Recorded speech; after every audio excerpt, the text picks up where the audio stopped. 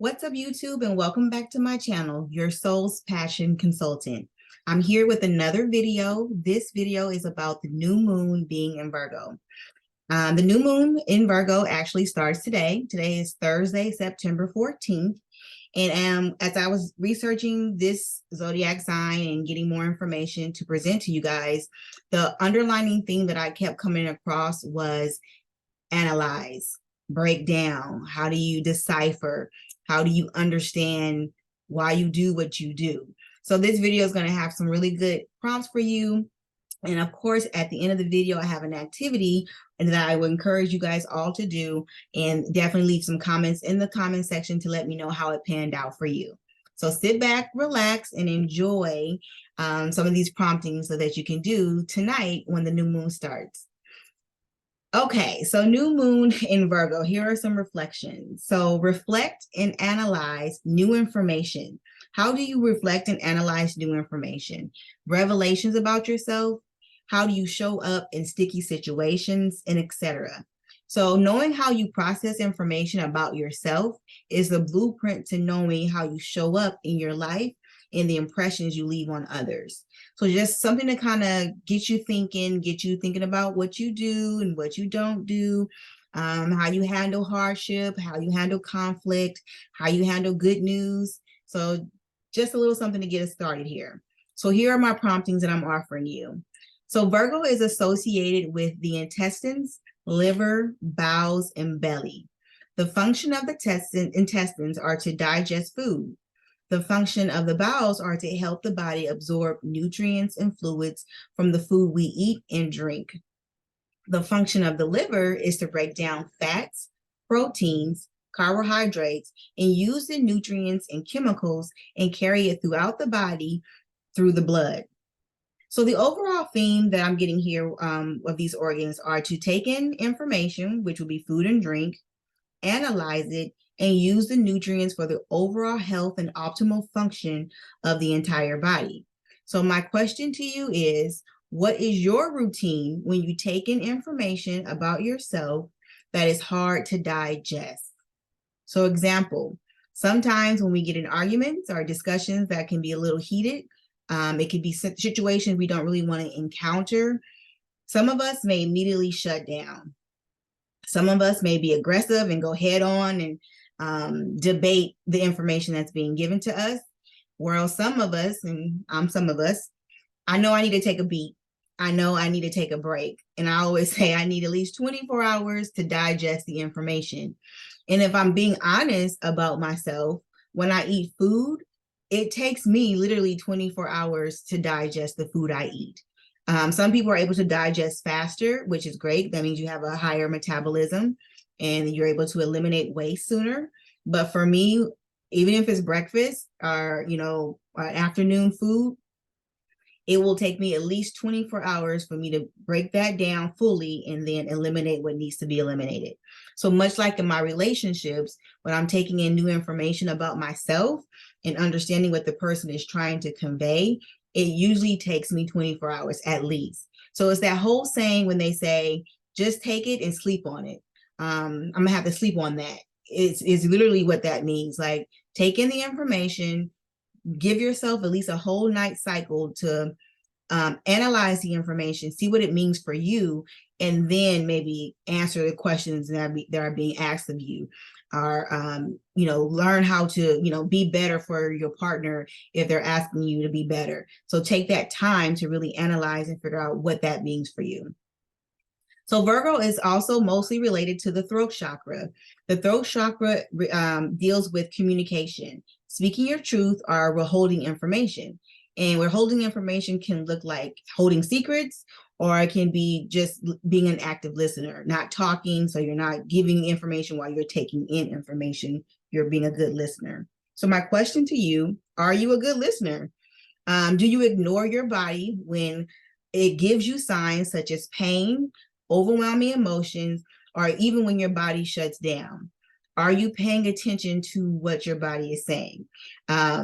Because your body is always speaking. It's always telling you, pay attention here, stop eating that, eat more of this, drink more water, move around, eat less of this. You need less sodium, more fiber. Your body is always speaking to you. So what I'm asking you, are you a good listener? So it also begs you to ask yourself, not only are you a good listener of your body, but are you a good listener of others? And this is all work, we all continuously have to do, because depending on how we grew up, some of us may be prone to again, shut down, be aggressive and debate a situation, or we may know that we need to give ourselves some time to process. So that's what I'm asking of you there. So the next one we have, Virgo, is in Mercury, the planet Mercury. And Mercury deals with your inward and outward, but for Virgo, it deals with your inward communication and how you reason with yourself. So here I'm asking, what is your self-talk like? What are your internal conversations that you're having with yourself? Are you harsh on yourself? Are you too easy on yourself and too light on yourself? Do you find yourself somewhere in the middle? So are you able to give yourself praises and affirmations? So can you affirm yourself when others speak contrary things about you? Are you able to put in your own words what is truth about you? So this is going to beg of you or ask of you to have a really strong connection with self, being in tune with self. Because as soon as you know, you can have a good day of self-care, you did your affirmations, you did your journaling, and rest assured, there's going to be something or someone who's going to test what you told yourself earlier in your morning devotion or your morning routine. Is going to see, do you truly believe that you are peaceful? Do you truly believe that you're kind? Do you truly believe that you're abundant? Those things are going to be tested to see if you truly believe it. And it's just up to you to stand firm in what you know to be true about yourself. So how quickly are you able to build yourself back up when people, circumstances shows the opposite of what you know to be true for yourself? So the next one here we have is a routine check. So I'm asking you, do you have systems in place to show yourself some self-care? So for example, do you have a clean space? Do you have a clean bathroom? Do you have a clean kitchen? Do you have a clean bedroom? And by having those, especially those major rooms, by having those spaces clean and organized, are you able to flow into your self-care practices? So for instance, if you're preparing tea in the morning, are you preparing just warm water and lemon? Making sure you have clean glasses, your dishes are clean from the night before, making sure the kettle has fresh water, and just being able to flow into that simple routine that you want to do every morning, which will add self-care, which is good for your bowels, it's good for your intestines. It kind of wakes your body up from being asleep the night before. Are you able to easily flow into that self-care? For another example, I love to make smoothies. I make smoothies somewhat every day, not always, but it depends. So do I have everything prepared for me to just go in my kitchen, blender out, put my fruit in, put all my superfoods in, put all the things I'm going to use in? Is my kitchen organized? Is my refrigerator organized? Are my cabinets organized so I can easily dump everything in the blender, zip it up, and be able to enjoy my smoothie? So same thing with an enema. I do enemas a couple times a week. So that's a whole process. I have to prepare the water. If I'm doing a coffee enema, I have to brew the coffee, set up the actual enema kit, set up my palette because I like to lay on my floor and relax. I like to have aromatherapy going. I like to have meditation music going that can calm me down so I can easily take in the water and be able to release the water during my enema. But I have to have a system for that. So in case I need to go into an enema because life has been hard and I need to release some stress, and enemas are a way for me to release stress, I need to have a system or a routine down so I can easily flow into that and not have a whole bunch of excuses as to why, I can't get into my self-care routine. So those are just a few examples on what I mean by having a clean bedroom, bathroom, kitchen, so that you can easily flow into your self-care routine, having things set up, organized. Even if you like to buy cute packaging to put things in so it's easy to just, take things out that you need and use it, have a routine. So this will require you to clean some things out. this will require you to detox your bathroom or kitchen. So again, so just like the body, how we would detox our bowels or our liver, the same thing for detoxing our homes and keeping things organized. So a lot of people nowadays, we're using our pantry as our medicine cabinet. So for me, that's what I do. I don't use a lot of over-the-counter drugs.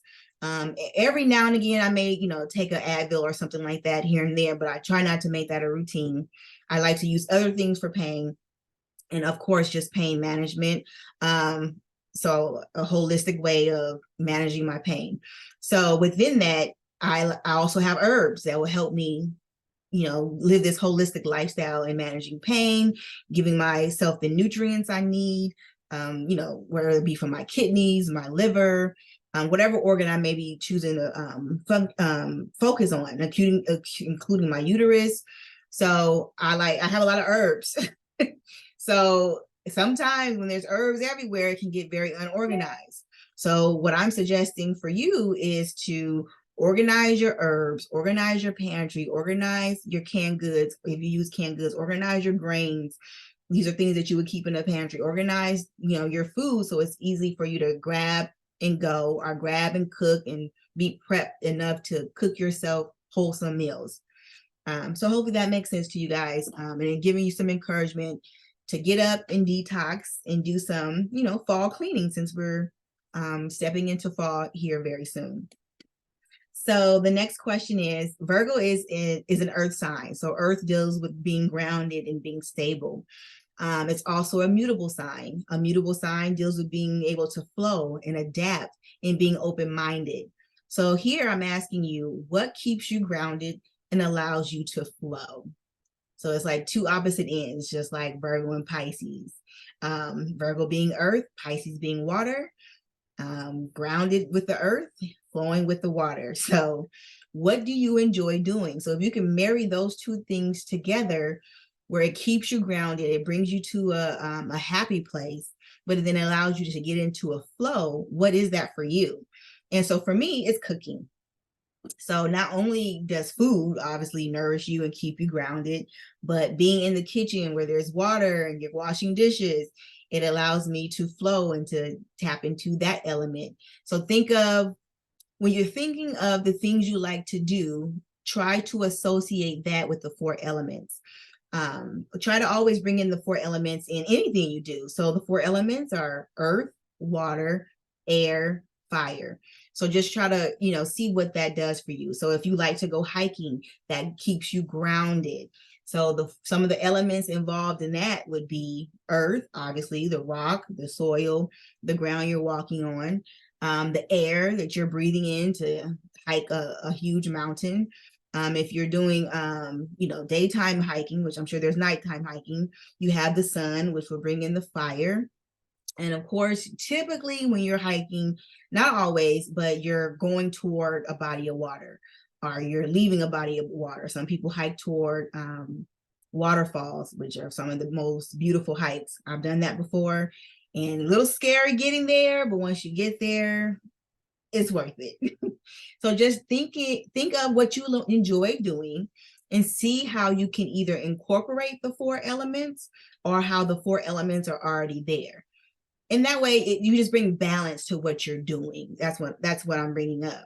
So again, for me, love to cook. I've been researching and trying to figure out how I want to make a vegan cheesecake. I already bought my spring pan recently, so they should be coming any day now. So I can, mold and set my cheesecake, but I've been looking up different vegan recipes to see which one I'm drawn to actually make. So I know you can make a raw vegan cheesecake, you can make a baked one. So you can make your graham cracker cookie from scratch. Or you can buy one already made. And for me, I'm going to make it from scratch because I just want to be a part of each step of the way. So that usually calms me down, being able to create something and produce something that I would love and then that my family would enjoy eating. So again, what grounds you and then allows you to flow? Okay, so that's what I have here for the intentions for your promptings. So the next slide is the activity. So if you stay this long in the video, congratulations, you get to consider an activity that can go along with the sign Virgo. So what I'm asking you to do is to take note on how you analyze information. It can be information from a YouTube video, a lecture, a TED Talk, from watching a movie or a series. On that sheet of paper, use a method I found in a book called Limitless, and the book is by Jim Kwik. The chapter that I'm referring to is chapter 12, and it's entitled Study. So in that chapter, it gives you a technique or a method to use to make sure you know how to take an information and actually use it for your good. And the method is called Capture and Create. So on the left-hand side of your paper, take note of what the video or the movie, the series, the TED Talk is telling you. Like, literally take notes, write that down. Then on the right-hand side of the paper, write down your impressions of what is being conveyed. Basically, how do you analyze the information? So it's kind of like putting the information in your own words. What are you getting from it? This is one way you're going to retain the information and then actually use it for something in your life. So I actually did the activity. I'm going to share with you the activity and what I did with it. I used the movie. I used Beauty and the Beast. I was told to watch the movie to get some information from the movie to can help me with a situation I was going through. And yes, it's okay to use childhood movies, you know, cartoons, what have you, to get us back to a place of understanding of ourselves. So here are a few questions that you can use to help you understand or create what you're going to create from the information that you're capturing. So here's the first question. How will I use the information or the themes conveyed in the movie, series, video, or lecture? Why would I use this information are the themes that's conveyed in the movie, series, video, or lecture? When will I use the information or themes conveyed in the movie, series, video, or lecture? So just a brief summary on Beauty and the Beast. I'm sure a lot of us have watched it. I hadn't watched it since I was a kid, so I had to, you know, brush up on the story. And I watched a couple of versions of it on Disney Plus on, I think it was a Christmas version, and I think it was one with the artist Her. They did like a 30-year celebration of the movie. So I pulled from both of them to see the things I needed to know from my life, and here are my notes.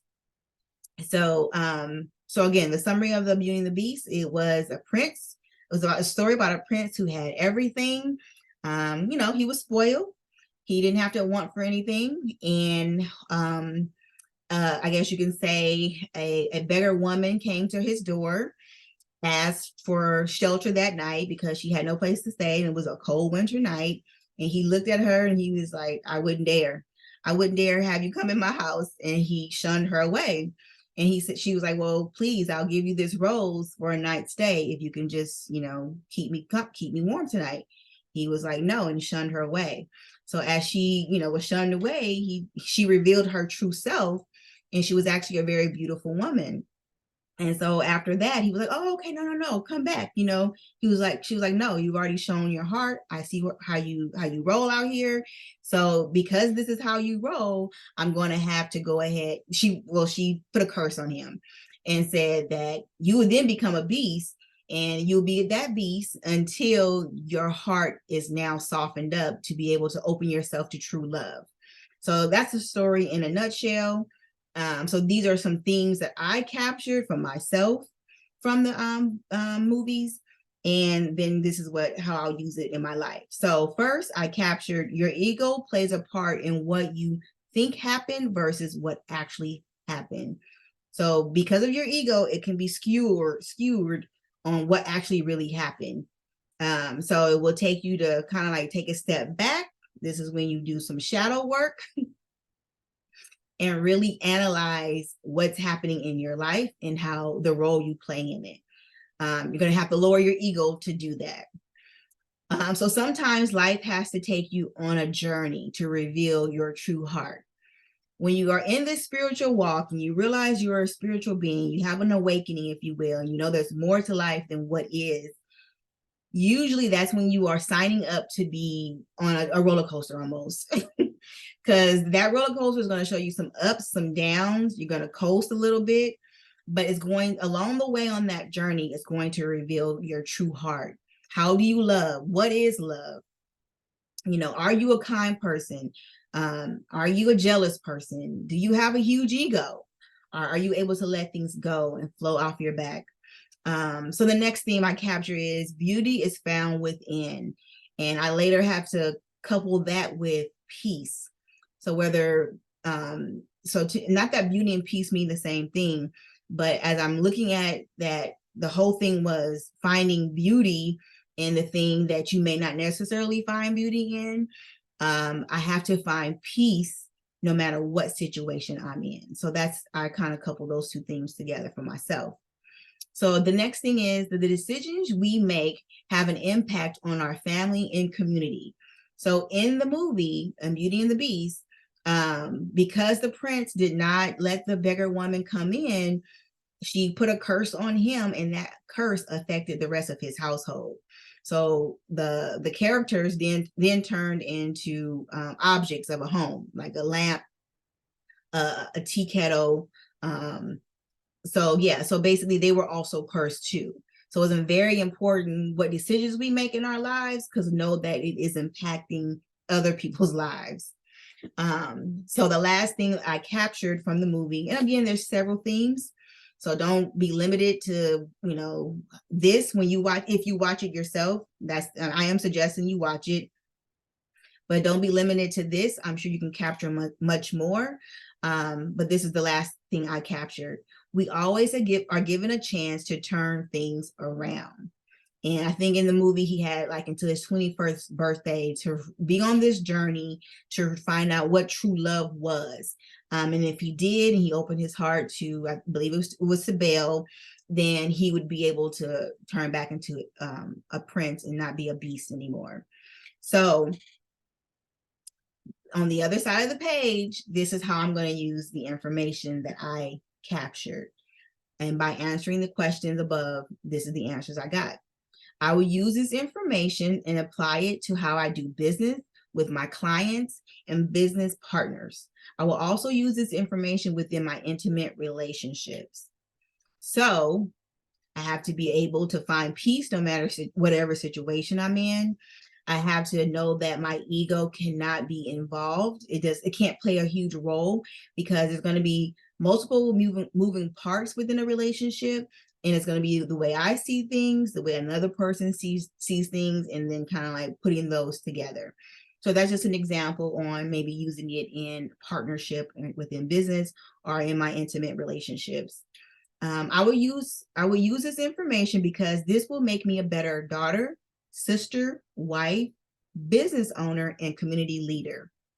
So it's very vital that I understand some of these principles as I journey on and move forward in my life. And I'm pretty sure it's vital for everyone else to use these principles in their lives. So I will practice mindfulness and use this information daily. So I can't just kind of get lost in the shuffle of things. I have to practice being present, taking into account, and one way of doing that is taking into account your 5 senses when you are engaging in anything. So that's how you can practice mindfulness. So that's an example on doing the activity that I'm suggesting. Hopefully you guys do that. And again, do this with any type of content that you're taking in.